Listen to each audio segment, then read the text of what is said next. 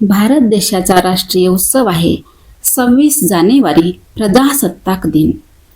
26 जानेवारी 1950 या दिवशीच भारताचे संविधान लागू झाले होते आणि आपला भारत देश सार्वभौम, समाजवादी, धर्मनिरपेक्ष लोकशाही गणराज्य बनले. याच दिवसापासूनच कायद्याचे राज्य सुरू झाले. भारतीय संविधानाचे शिल्पकार, संविधान मसुदा समितीचे अध्यक्ष डॉक्टर बाबासाहेब आंबेडकर होते. संविधान सभेने मसुदा समितीवर 7 सदस्य नियुक्त केले होते. त्यापैकी एकाने राजीनामा दिला होता, त्याची जागा दुसऱ्याने घेतली होती. एकाचा मृत्यू झाला होता, ती जागा रिकामीच राहिली.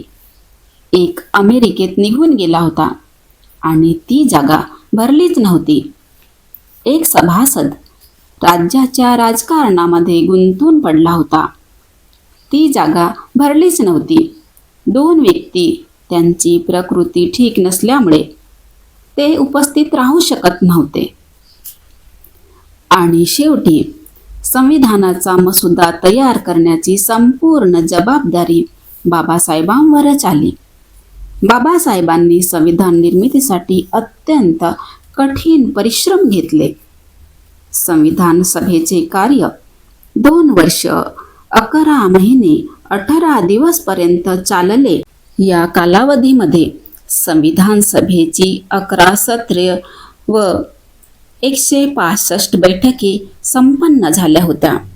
22 नोव्हेंबर 1949 पर्यंत संविधानावर 63,96,729 रुपये खर्च झाला होता.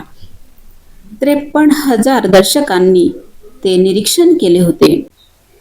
24 जानेवारी 1950 या दिवशी 3 प्रती सभेसमोर ठेवण्यात आले होते.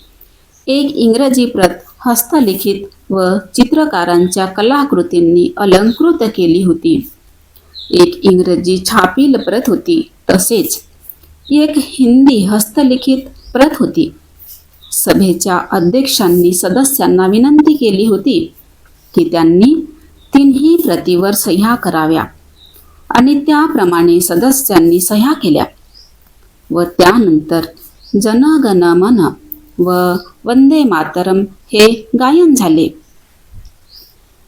26 जानेवारी 1950 या दिवशी भारत देश संविधान आत्मार्पित सार्वभौम लोकशाही गणराज्य घोषित झाले.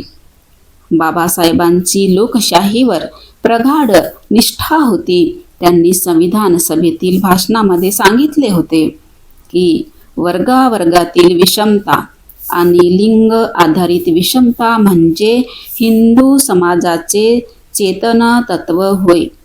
या चेतना तत्वाला स्पर्शही न करता आपण आर्थिक समस्यांसंबंधी कायदे पारित केले तर याचा अर्थ आपण संविधानाचे विडंबन करतो आहोत आणि शेणाच्या ढिगावर राजवाडा बांधित आहोत असा होईल.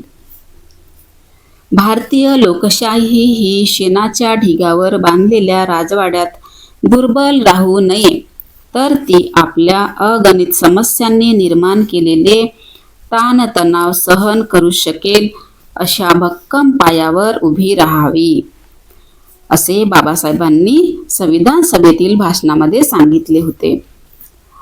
आणि बाबासाहेबांनी लोकांच्या सामाजिक आर्थिक जीवनात रक्ताचा थेंबही न सांडवता क्रांतिकारी परिवर्तने आणता येतील असे शासनाचे स्वरूप, अशी लोकशाहीची व्याख्या केली. बाबासाहेब म्हणतात, संविधान सभेद्वारा जानेवारी 1947 मध्ये उद्देश पत्रिका संबंधात स्वीकृत प्रस्ताव असे घोषित करतो की भारत हे सार्वभौम स्वतंत्र गणराज्य असेल. पण मसुदा समितीने सार्वभौम लोकशाही गणराज्य ही शब्द योजना स्वीकारली, कारण सार्वभौम शब्दात स्वातंत्र्य अभिप्रेत आहेच.